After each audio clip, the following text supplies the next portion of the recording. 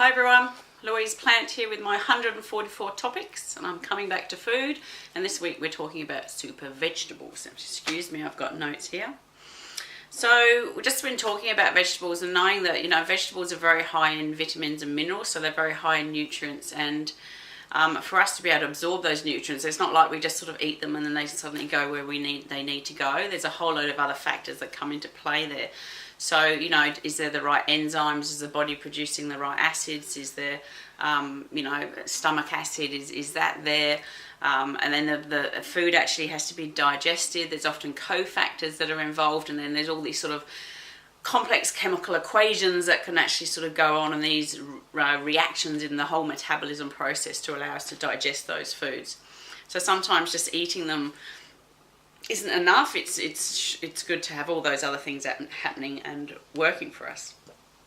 So this week we're going to talk about super vegetables, and I'm just going to go through some super vegetables. So the first one I'm going to have on my list, of course, is going to be kale. Because kale is one of the most nutrient-dense vegetables that we have, so it's very high in nutrients, very high in chlorophyll. So it's got calcium, magnesium, potassium, iron, sodium, and phosphorus in it. So it's one of our richest source of carotenoids. So it has a very good antioxidant activity and also cancer preventative. So kale comes from the cruciferous or Brassicaraceae family, which basically is cabbage and broccoli and Brussels sprouts and all those sort of foods there. So a very good nurturing food, very nourishing food, very good for convalescence, colds, flus, illness. I tend to either put it in smoothies or I will make a salad. My favourite kale salad, I just thinly slice it. Thinly slice some red capsicum, add some sesame seeds or some cashews, maybe some avocado, apple cider vinegar or tamari, and then some cold pressed olive oil or some hemp oil. And easy. So when you cut it really fine, very easy to eat. Different types of kale. There's the purple, the black and the green kale. So very easy to grow. They self-seed in my garden and they're there a lot of the time. So the next one is parsnips. So parsnips, the reason I'm talking about this is because it's one of our best sources of fibre foods, and it's also a very good vegetable to help to deactivate sex hormones and estrogens and steroidal hormones in the body. So it actually helps to detoxify those sort of things and reduce natural estrogens. So again, having eaten it raw, I tend to like it raw. I've made it into zucchini and to fettuccine, and I've made it into spaghetti, and then just even mixing it up and adding some pine nuts and some something like either chives, fresh chives, or spring onions, and then some sesame oil. Very nice, very easy to eat once you've eaten it raw. You tend to not want to cook it, but if you want to roast it, that's fine. Great source of fibre. Next one is onions and garlic. So both of these contain sulfur containing compounds, the glucosinolates, the isothiocyanates, which are very good, and also things like onions, very high in ellagic acid, which is a very potent antioxidant, but it also has a very strong anti-cancer preventative activity. So raw onion is best, and studies have shown that when you eat half a raw onion a day or 1 clove of raw garlic a day, it will actually reduce blood cholesterol by 16% in 6 weeks. So not only is it going to clean up the blood, so the biggest factor for onion probably is its ability to reduce blood clots. So it's very good at thinning the blood and keeping the blood very clean. I've known people who are 92 still out there working in their garden and have put that down to the fact that they're having half a raw onion a day, which is helping with that. So it's also very good for stopping genes from mutating. So it's very good for cleaning up the system. Your garlic, on the other hand, has over 33 sulfur-containing compounds in it. So very good for boosting immunity, for reducing cholesterol, even reducing blood pressure, bronchitis, cancers, very good like that. So ways that I've sometimes used both of them. Raw is always preferable. So either when you cook it, you start breaking down the allicin, which is the active component in garlic, plus many others. So I've actually crushed garlic with a hammer and then stuck it in a jar and filled it up with honey until it covers it and it makes it like runny syrup. And you can do the same with onion. You can thinly slice the onion and just drizzle some honey on it, and in the morning it then becomes a very runny, great for phlegm or mucus with kids. So I've always got garlic suckers around because you can use it as a flavouring additive, but it just cleans up that mucus. So if there's any snottiness happening there, then that will clean that up. So garlic really is our nature's antibiotic, it's our natural antibiotic. Another one that I would have second to that, of course, would be nasturtium.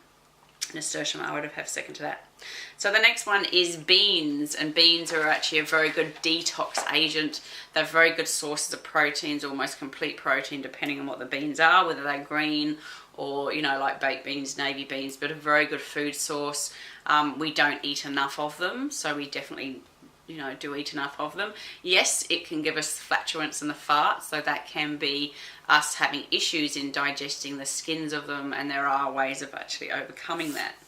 So studies have shown that if we eat beans 4 times a week, we reduce our risk of cardiovascular disease and heart problems by 20%, so that's 1/5.